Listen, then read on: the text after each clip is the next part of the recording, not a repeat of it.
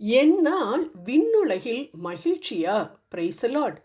மனம் மாறிய ஒரு பாவியை குறித்து விண்ணுலகில் மிகுதியான மகிழ்ச்சி உண்டாகும் என நான் உங்களுக்கு சொல்கிறேன் என இயேசு லூக்கா 15:7 சொல்வதை பார்க்கிறோம். பொதுவாக தொல்லை கொடுத்து கொண்டிருக்கக்கூடிய மகனை பார்த்து பெற்றோர்கள் இவ்வாறு சொல்வதுண்டு. உன்னால் எங்களுக்கு எந்த பிரயோஜனமும் இல்லை, ஒரு சந்தோஷமும் இல்லை, உன்னை பெற்றதுக்கு ஒரு கல்லை பெற்றிருக்கலாம் என்று.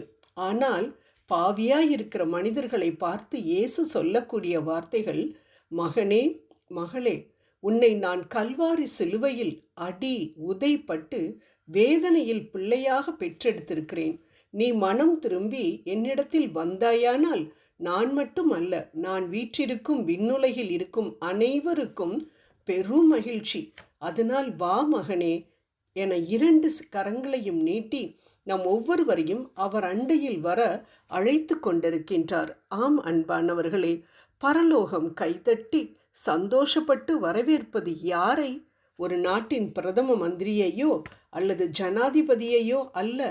மாறாக கொலை செய்த, திருடிய, பாவங்கள் பல செய்த, பாவி என்று உலகத்தாரால் ஒதுக்கப்பட்ட, ஆனால் மனம் மாறின ஒரு பாவியை, மனம் திரும்பிய ஒரு பாவியினால் பெரும் மகிழ்ச்சி பரலோகம் அடைகிறது என்றால் நாம் எல்லோரும் பரலோகத்தின் பார்வையில் எவ்வளவு மதிப்பு மிக்கவர்கள்!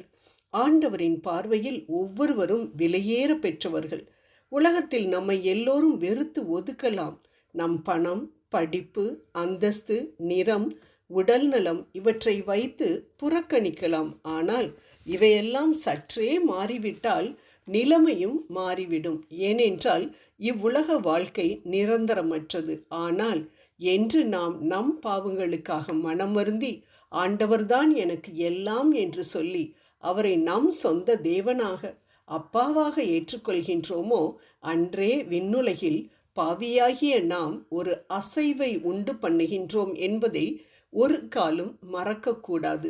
99 ஆடுகளை விட்டுவிட்டு தொலைந்து போன ஒரு ஆட்டை தேடி மேய்ப்பன் செல்வான் என்ற ஓமையின் மூலம் பாவியாகிய ஒரு மனிதன் ஆண்டவருக்கு எவ்வளவு முக்கியம் என்பதை இயேசு நமக்கு அறிவுறுத்துகிறார். அன்பானவர்களே, ஆம், ஆண்டவரின் பார்வையில் நாம் பாவம் செய்து அவரை விட்டு வழிவிலகி சென்று தொலைந்து போன ஆடு போல காணப்படுகின்றோமா?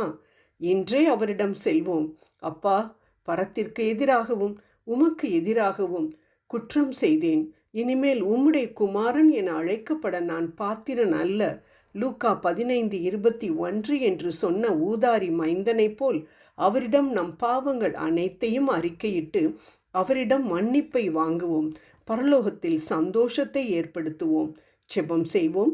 பாவியாகிய எனக்காக தன் உயிரை கொடுத்த என் அன்பு தெய்வமே, செக்கச் செவேல் என்றிருக்கும் என் பாவத்தை உமது பரிசுத்த இரத்தத்தினால் கழுவி வெண் பஞ்சை போல மாற்ற வேண்டுமென உமக்கு முன்பாக வந்து நிற்கும் என்னை கண்ணோக்கி பார்ப்பீராக. உம் தெய்வீக பிரசன்னத்தில் மூழ்கி திளைக்கவும் வான்வீட்டில் சந்தோஷத்தை ஏற்படுத்தவும் என்னை முழுவதுமாக மாற்ற என்னை உம்மிடம் ஒப்படைக்கின்றேன். ஆமேன்.